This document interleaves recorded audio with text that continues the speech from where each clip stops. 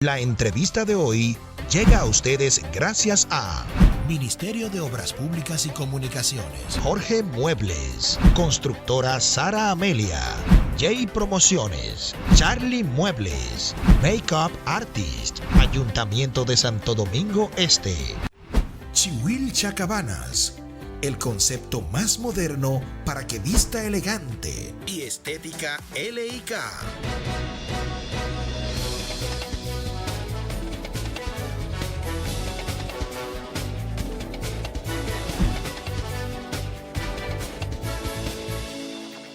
Muy buenos días, mis amigos, bienvenidos sean todos ustedes, como de costumbre, a este su programa Deportes con Humor y Más, como cada semana con un contenido de mucho nivel para ustedes, que siempre están ahí en sintonía con nosotros. Y hoy iniciamos este programa de una manera muy particular, porque nuestro invitado de hoy es una persona que amerita de todo el espacio necesario para poder compartir sus experiencias. Con nosotros en esta mañana, el ingeniero Osiris de León. Bienvenido, hermano. Gracias inmensa, Carlos. Gracias a Wilson. Gracias a todo el pueblo dominicano. Wilson se fue ya. Cibao. Ajá. Sí. Es el hijo mío. Wilson es el hijo mío. Hijo tuyo, Wilson. Sí. Oh, Dios. Oye, esto es una ceiba. Osiris de León, yo de tigre y usted de águila. Sí. Ay. De todo un poco. Qué bueno, ingeniero, que está con nosotros esta mañana. Agradecemos infinitamente su presencia, porque con usted hay que hablar de todo. Un hombre completo, ¿eh? Sí, completo. Nosotros somos de jamón y queso. Sí, él es completo. Osiris completo. Ingeniero, pero como de costumbre, nosotros queremos Carlos. siempre que el público conozca un poquito más a nuestros invitados. Osiris de León, ¿quién es? ¿De dónde viene? Mira, yo soy de Navarrete, nací, crecí en Navarrete, estudié en la Universidad Católica Madre y Maestra de Santiago de los Caballeros. Ahí me gradué de ingeniero geólogo y de minas como parte de la primera promoción de ingenieros geólogos y de minas formados en la República Dominicana. Un acto protocolar hermosísimo, transmitido a todo el país por la radio y la televisión. Estuvo ahí presente el presidente de la República de entonces, que era Antonio Guzmán Fernández. Él fue quien nos entregó a cada uno de nosotros 13 los títulos. Tuvimos trabajo desde el mismo día, porque al ser pocos y el país tener una alta demanda en materia de geología y minería, pues nos distribuyeron 4, fuimos a trabajar a la Dirección General de Minería, 4 fueron a trabajar a la Corporación Dominicana de Empresas Estatales, CORDE. Para entonces. O sea, que CORDE tenía un grupo minero, Claro. Tenía una fábrica de cemento, que es una operación minera, tenía una mina de sal y yeso, que es una operación minera, y tenía una marmolería nacional. Correcto. En Samaná y en Vicente Noble, que es una operación minera. Otros fueron a trabajar a Falcon Bridge, otros fueron a trabajar a la Rosario Dominicana, otros fueron a trabajar a la Alcoa Exploration Company, que todavía estaba aquí en el país. Y luego pues fuimos participando en otros sectores. Luego a mí me tocó trabajar luego en el Instituto Nacional de Recursos Hidráulicos, haciendo estudios para pozos, haciendo estudios para presas. Me ha tocado trabajar en más de 30 proyectos de presas en el país. Muchas de las presas que están en servicio hoy día, me tocó a mí evaluar el emplazamiento para determinar si el lugar era factible o no factible desde el punto de vista geológico, geofísico, geotécnico e hidrogeológico, que es una información clave, porque tú no puedes construir una presa en cualquier sitio, igual que no puedes construir un puente en cualquier sitio.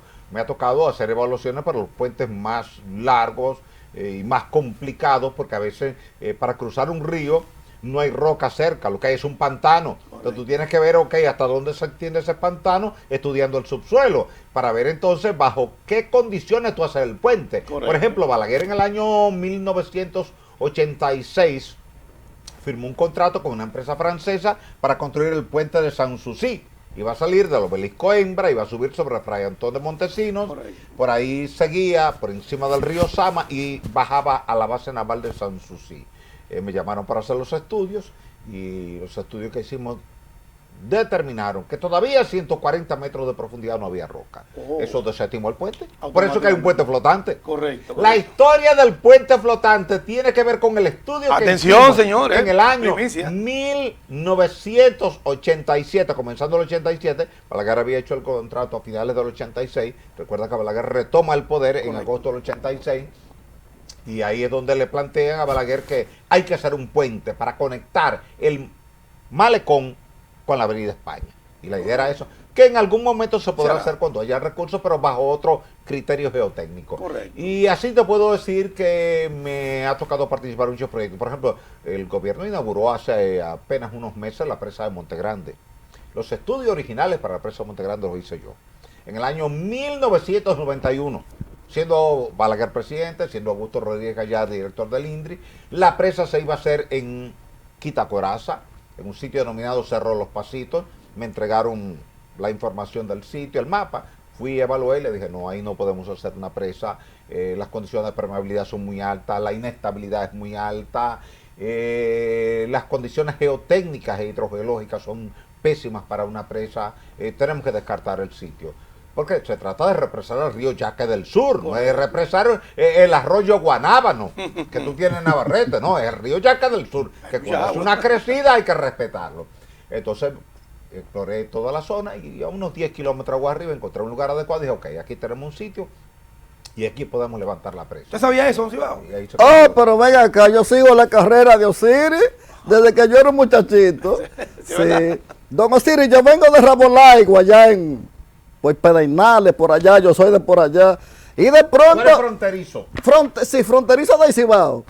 Sí. Y de Ese pronto, otro Cibao, el Cibao Sur. ¿verdad? Cibao Sur, sí, por allá. Pues yo soy del otro Cibao, del Cibao de Santiago y Navarrete. Pues Rabolaigo, sí, Sí, usted. doctor. Venimos haciendo frontera. Sí. Entonces veo unos fenómenos raros que aún cuando soy afuera se forman unos ventarrones raros. Me tumban como 80 mate plátanos, 60 racimos de guineo en estos días por Pedernales, por allá. De pronto se están armando unos ventarrones que se forman en 8 minutos y como un torbellino así. Sí. ¿Aquí es posible eso?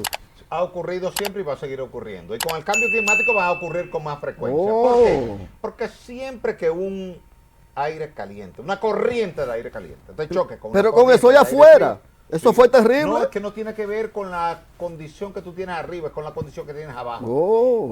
No depende de las condiciones atmosféricas en sentido general, sino de condiciones puntuales. Es como que tú tengas dos abanicos, uno echando aire caliente y otro echando aire frío. Al chocar esas dos corrientes generan un vórtice. Tú has visto que un motor eléctrico, el motor de tu carro, funciona porque tiene un lado positivo y un lado negativo. Sí. Este ala para acá y aquel para allá y entra en rotación. Ese mismo esquema de rotación te lo hace el viento cuando viene aire caliente, por ejemplo en verano, es muy común que el terreno se caliente y ese aire que viene se va calentando. Al calentarse, si de repente de arriba de la montaña, de Pedernales, del Pico Duarte, de la cordillera septentrional, te baja una corriente de aire fría, al chocar te genera ese remolino. En Navarrete, que en mi pueblo era común ver esos remolinos. Recuerdo siendo yo un niño, vi un remolino como a 300 metros al oeste de mi casa, en una comunidad que le llamaban ahí El Bolsillo. Y las casas eran frágiles y todas las casas terminaron volando porque desprendió las paredes. Claro, eran techos frágiles, muchos eran de cana, otros eran de yagua en ese entonces. La madera era muy débil, era madera ya deteriorada por el paso del tiempo y dejó aquello como un estado. Derribó país de casa por allá también. Eso es fuerte. En Dajabón tú lo has tenido, en Sí. Monción lo has tenido, en Moca lo has tenido, en Santo Domingo Este lo has tenido. Y déjame decirte, esos remolinos son capaces de desarrollar vientos de hasta 150 kilómetros por hora. Esa es la velocidad de un huracán categoría 1 ya en tránsito a categoría 2. ¿Qué tiempo puede durar un remolino? Ah, no, aquí te dura corto tiempo. Aquí te puede durar 4 minutos, 5 minutos, 6 minutos. Se acaba con todo. Pero si es en el medio oeste de Estados Unidos, entra en la categoría de tormenta y ya se puede durar horas y ya se va de un estado a otro estado y te deja tierra arrasada a lo largo de su eje porque te puede llegar a categoría 5 en la escala de Fujita y un tornado categoría 5 tiene vientos de hasta de 500 kilómetros por hora. Oye. Imagínate un viento de que, por eso que tú ves tanta destrucción en casas de madera. Una de las cosas que va a tener que hacer Estados Unidos con el paso del tiempo es, en toda esa zona de tornado, por ley, obligatoriamente, casas de concreto y robustas. Porque esas casas de madera que te hacen en Estados Unidos no resisten cargas de viento de ese tipo. Desde que el viento le impacta, Acaba la con destruye. Por eso la gente construye un sótano para refugiarse. Sí. Pero en lugar de tú construir un sótano para refugiarte, hazte un búnker de concreto. Exacto. Sí. Ingeniero, voy un poquito atrás. ¿Qué estimula a un joven de su época estudiar una carrera que para entonces no era tan demandable? Mira, eso fue un accidente del destino. Yo tenía como objetivo primario estudiar medicina. Mira qué Y diferencia. como no tenía suficientes recursos para pagar una universidad tan costosa como la Madre y Maestra, pues yo pedí un crédito educativo a la Fundación de Crédito Educativo, Fundapec. Correcto. Me aprueban el crédito después de haber tomado un examen, ellos te daban un examen de nivel para ver si tú estabas al nivel de estudiar en una universidad de ese nivel. Correcto. Entonces tú tuviste que tomar dos exámenes, uno en la universidad donde yo estudié, Madre y Maestra, no sé si lo sigue haciendo, pero en ese entonces te daba un examen de nivel. Para colectivo, abierto a todo el mundo, todo el que quería, venga y coge un examen. Dependiendo de tu calificación, te aceptaban o no, de tu calificación ese examen. Que yo lo veo como un método correcto, Sí, está válido. bueno. La calidad. Si usted no tiene condiciones, bueno, pues vamos a buscar otra carrera. Segundo, entonces después que pasaste ese examen, pasar el examen de Fundapec. Otro Entonces, examen. sí. Entonces, ok, pasaste el examen. Entonces, ok, te dicen, ok, tienes este formulario. Cuando tú tienes el formulario, tú pones la carrera, medicina, te dice, lo lamentamos. Nosotros no financiamos medicina. Bueno, pues entonces ingeniería civil tampoco la financiamos. Le vamos a decir una cosa, para que él sepa, hay 4 carreras que nosotros no financiamos.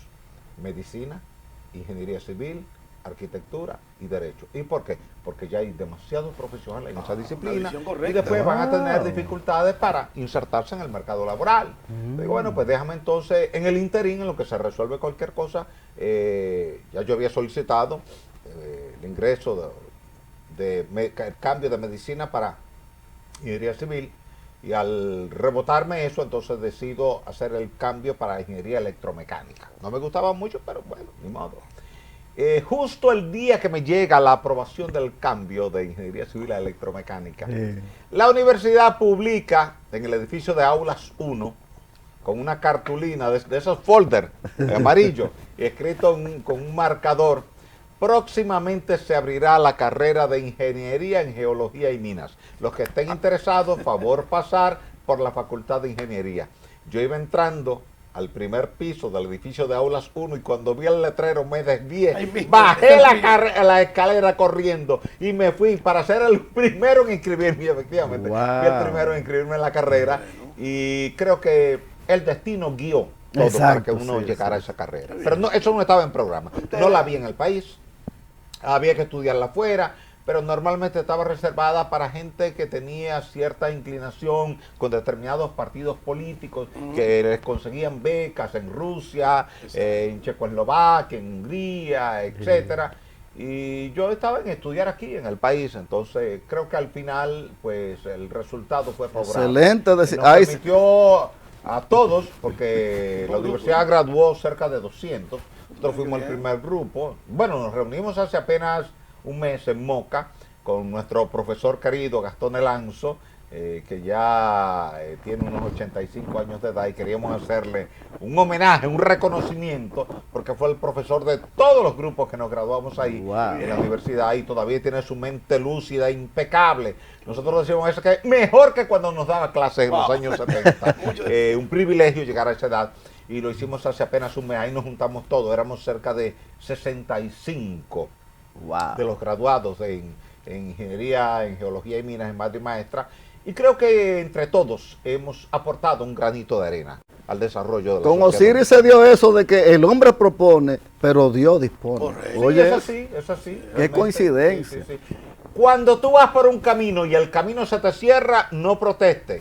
Cógelo, Sí. Devuélvete, Sí. que algo te está indicando que ese no es el camino correcto.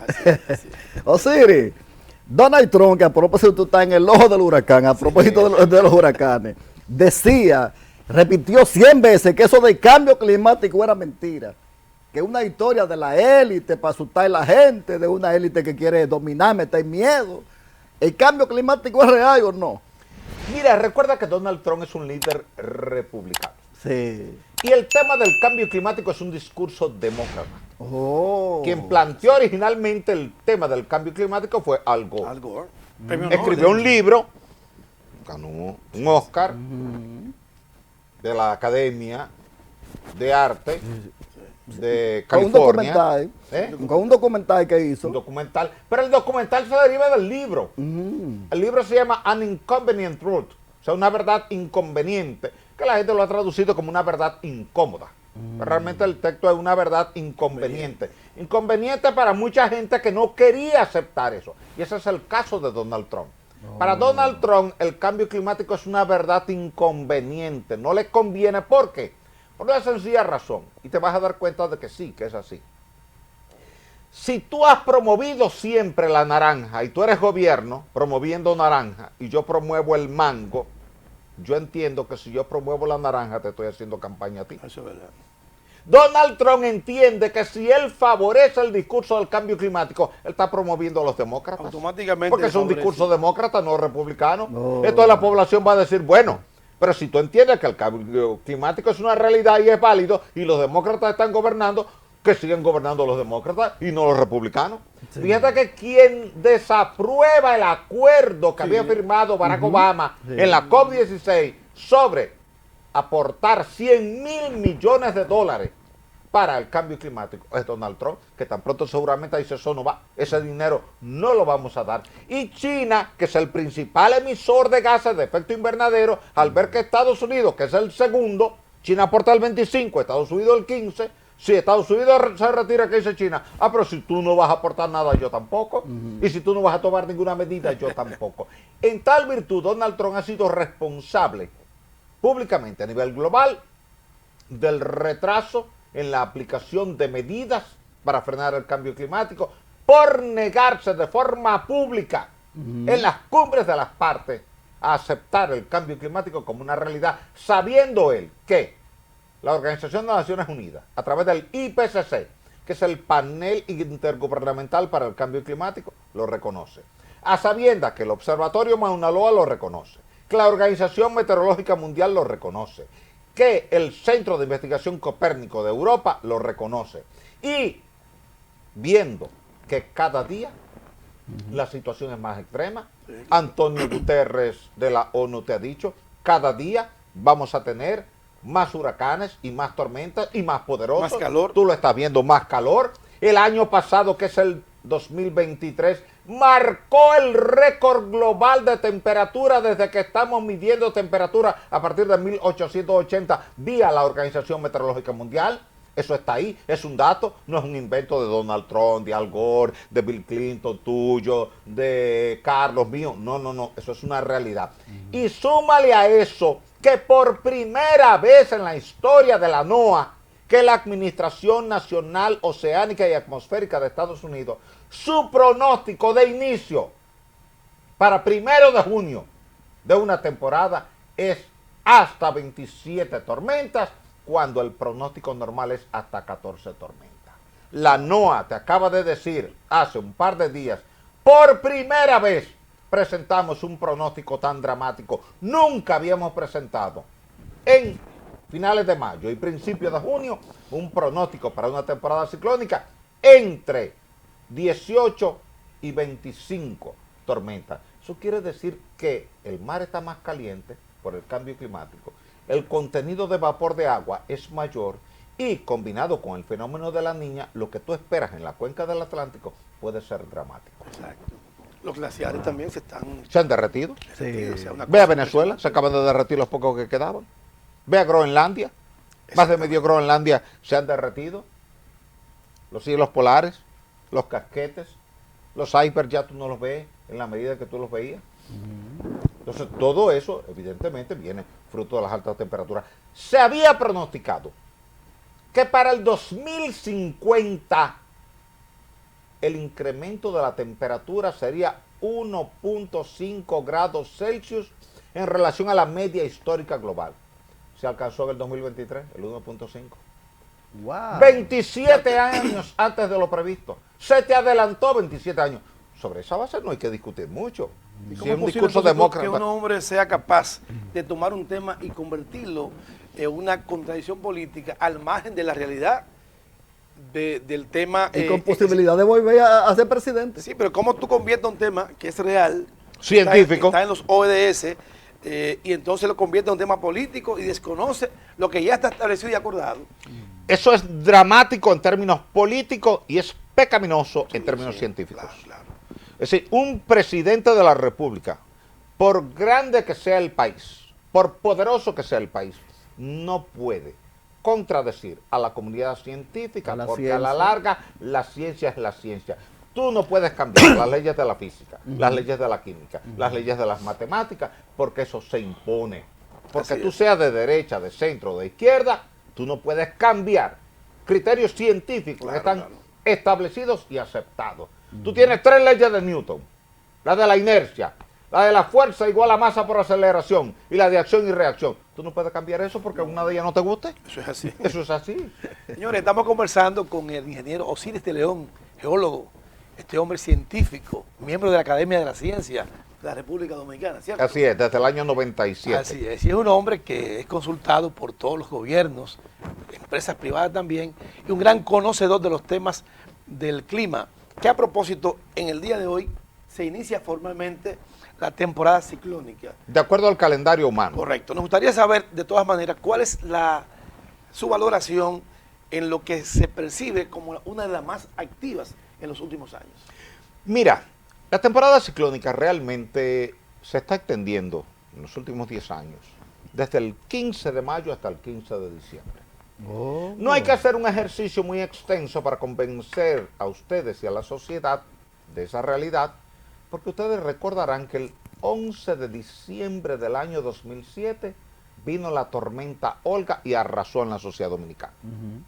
Y la pregunta que yo siempre hago en televisión, en radio, en prensa escrita: ¿cómo un profesor le responde a un niño de 8, 10, 12 años de edad que él vio hace 10 días, 11 días que terminó la temporada ciclónica y de repente está viendo en la televisión, en la radio, una alerta porque hay una tormenta? Dice, pero a mí me dijeron hace 11 días que terminó, y si terminó, ¿por qué hay uno?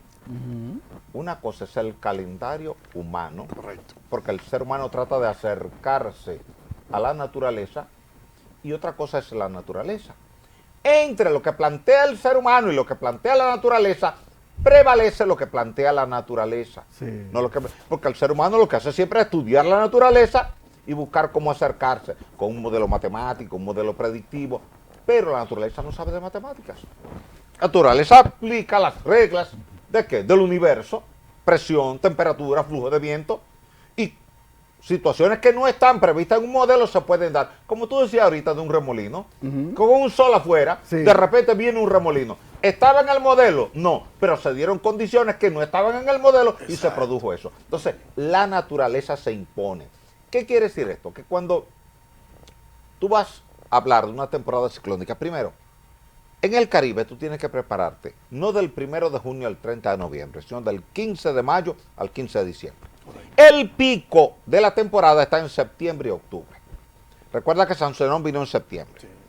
David vino 31 de agosto, 1 de septiembre. George vino 22 de septiembre. Por tanto, ese es el pico en el Caribe. Los meses más peligrosos. Sí. María destruyó a Puerto Rico, ¿qué? Septiembre.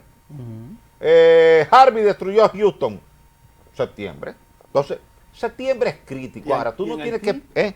En Haití tú viste a Matthews, que fue septiembre, que barrió de sur a norte, por allá, por Lecay y Jeremí. Barrió toda esa zona. Tuvimos que mandar ayuda a la República Dominicana para poder socorrer.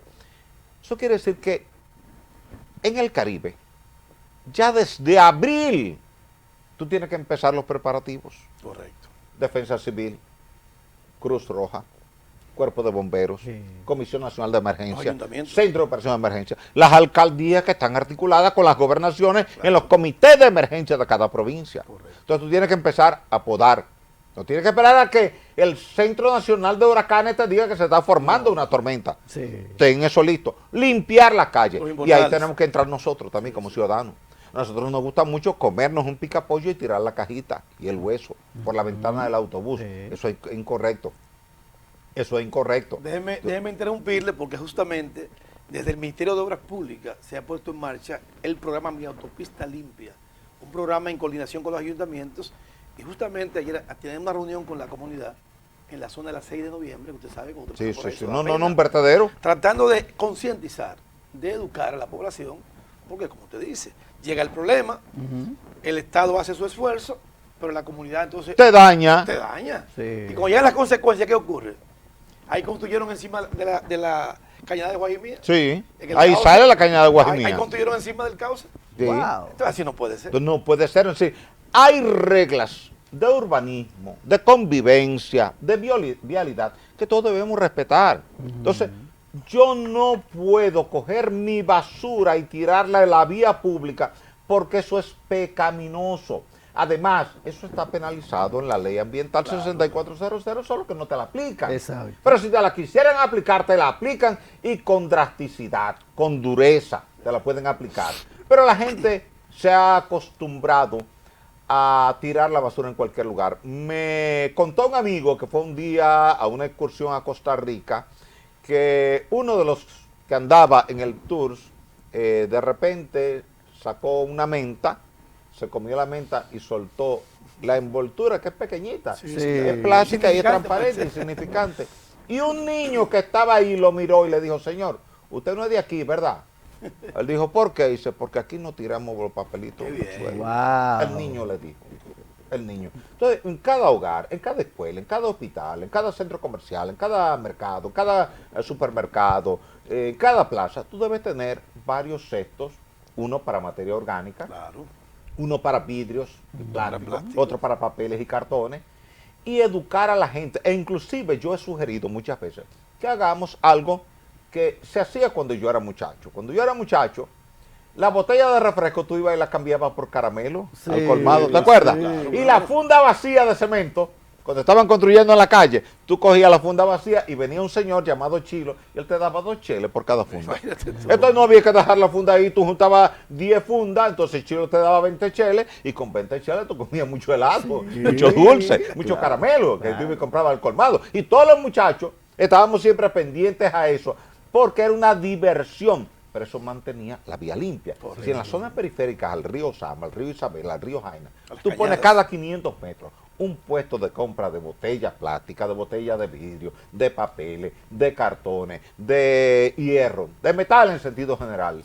Tú reduces la cantidad y el Estado puede perfectamente, en conjunción con el sector privado, de motorizar eso. Entonces un muchachito que vive en un barrio por ahí, por Guajimía, por ejemplo, donde se tira mucha basura, si él sabe que por cada botella le van a dar 5 centavos, ¿No la él tira? recoge las botellas todas. plásticas o de vidrio y las lleva allá. Entonces hay un centro de acopio. Correcto. Entonces las de plástico tú puedes llevarla a una planta de producción de energía eléctrica. Y las de vidrio tú las llevas a trituración para reciclaje. Correcto. Y si está buena, a limpieza, a lavado y esterilizado para reutilizarla.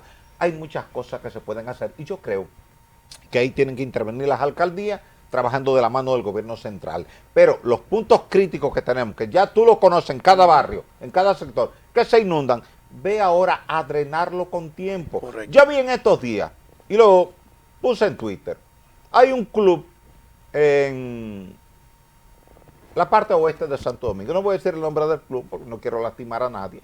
El asunto es que yo fui invitado a una actividad en el club. Llego y veo una máquina perforadora de pozos haciendo un pozo pero en la parte alta.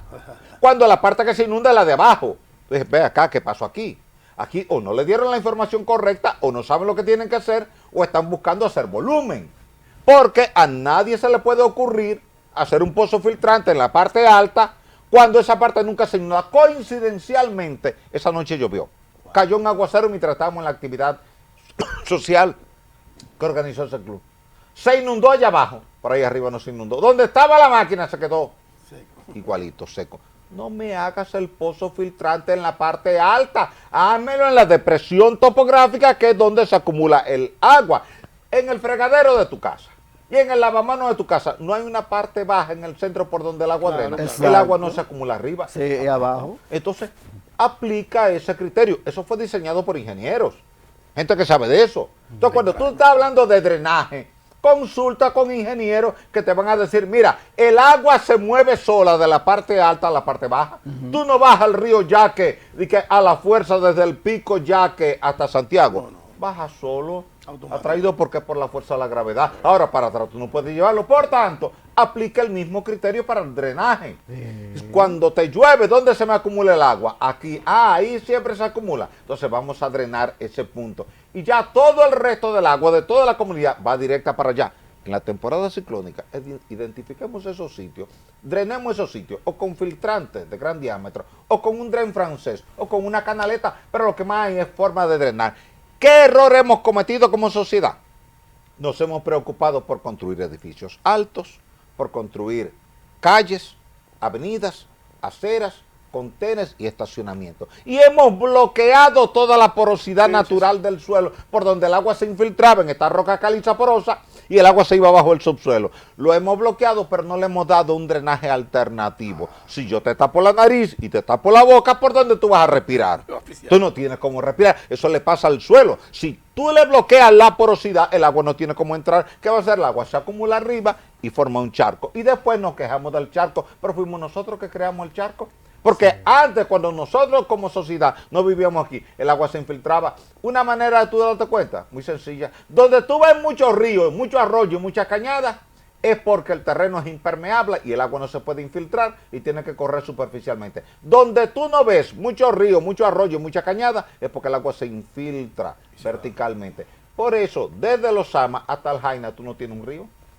Todo es una planicie. ¿Por qué? Porque no necesitaba río, porque cada vez que había una tormenta, el agua permeaba verticalmente hasta el nivel freático. Por eso es tan fácil tú encontrar agua subterránea en cualquier sector de la capital, donde tú quieras y a la hora que tú quieras, tú pones una máquina perforadora, hace un pozo, y a 30 metros, 40 metros, 50 metros, dependiendo del nivel de terraza, tú llegas al agua. ¿Por qué hay tanta agua? Porque es el agua de lluvia que se ha infiltrado a través de los poros. Pero si tú sigues tapando los poros de la roca, evidentemente que el agua se va a acumular en superficie y te va a crear el trastorno que tuviste el 4 de noviembre del 2022 y el 18 de noviembre del 2023. Situaciones dramáticas que nosotros no quisiéramos que se repitieran, correcto, pero tenemos que ayudar para que no se repita. No, ya de cualquier harinita la gente está nerviosa. Sí. De cualquier harinita esto se inunda. Todos. ¿Y qué se va a hacer, señor Siri, con ese drenaje pluvial que tanto está en carpeta? Los gobiernos le huyen porque se van muchísimos millones en eso. ¿Y qué se va a hacer?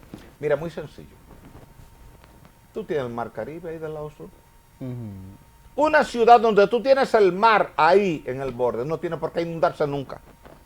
Santo Domingo no debió haberse inundado. La ciudad colonial construida por Obando a partir de 1504 no se inundaba. Ahora se inundó porque hay unos trabajos ahí de reparación y entonces parece que han cambiado un poquito los colectores.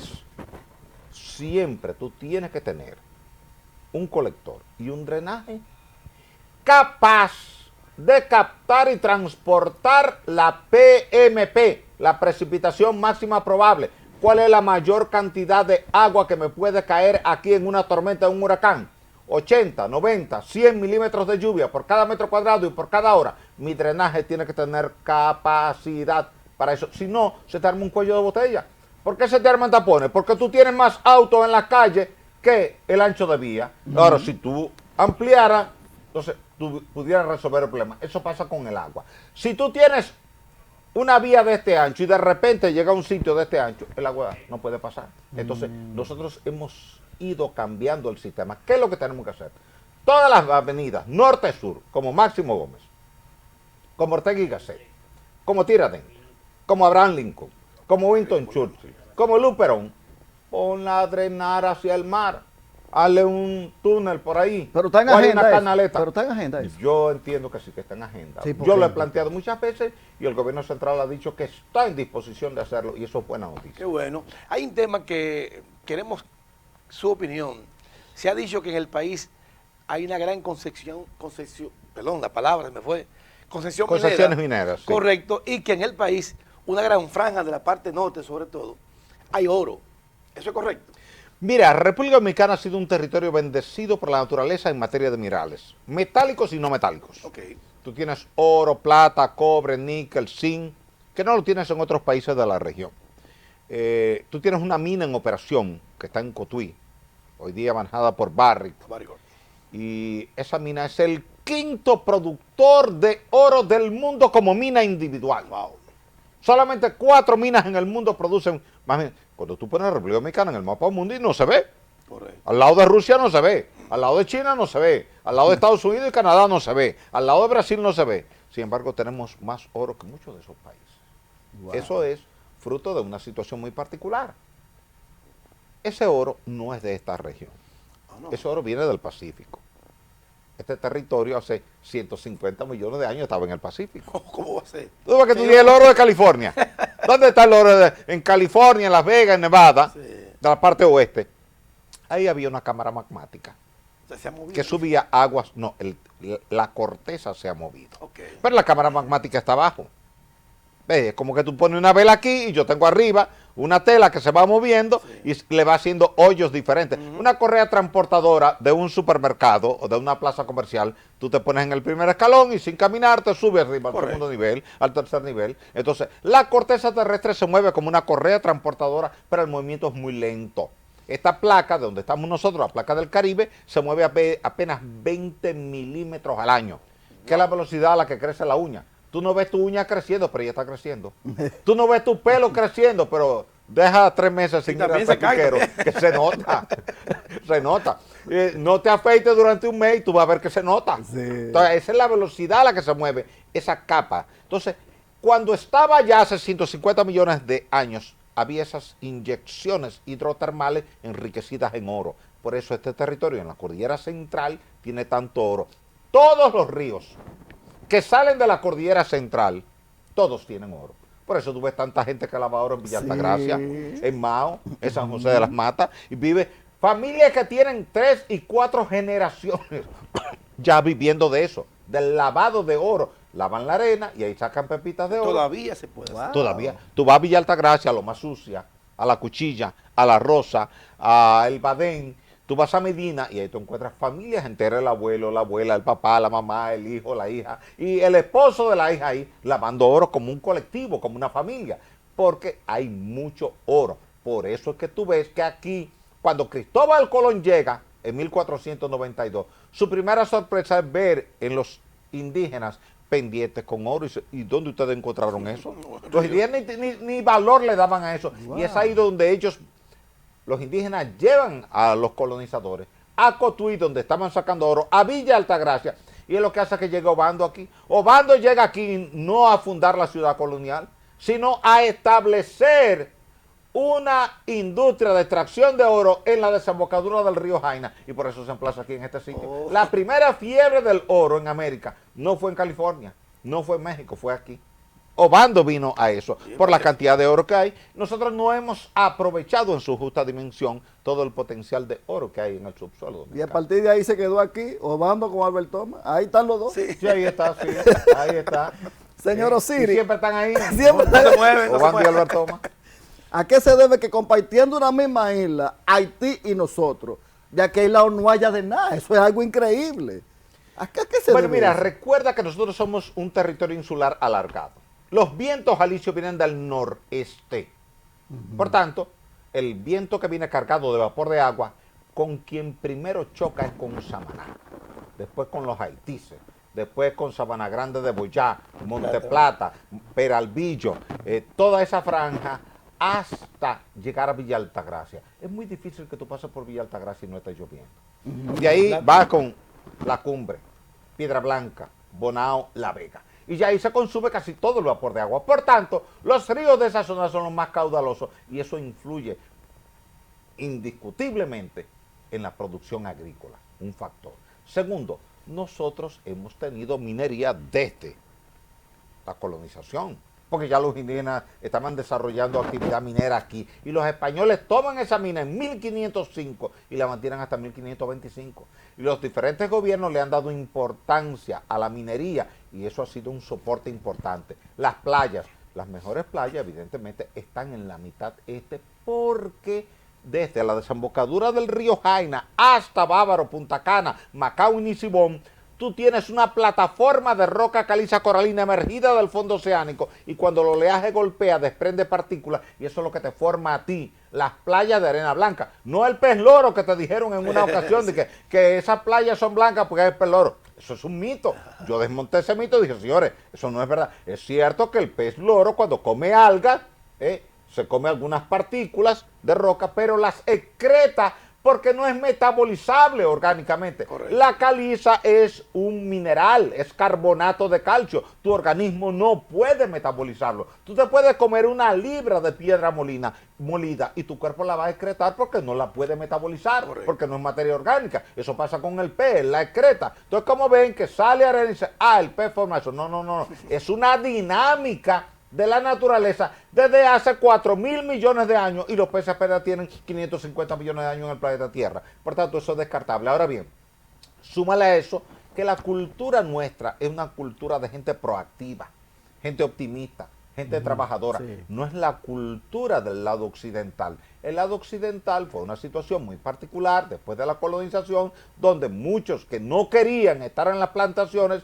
se escapaban hacia el lado oeste por ser agreste. Un bosque espinoso, un bosque seco. Y el español no quería meterse a perseguir a esos ciudadanos en ese bosque espinoso, entonces lo dejaron y se fue nucleando una parte importante hasta que formaron ya una sociedad. Pero de origen, la abundancia de recursos naturales está en la mitad este de la isla y no en la mitad oeste. Oye, no, para mí es que Dios es dominicano. Sí.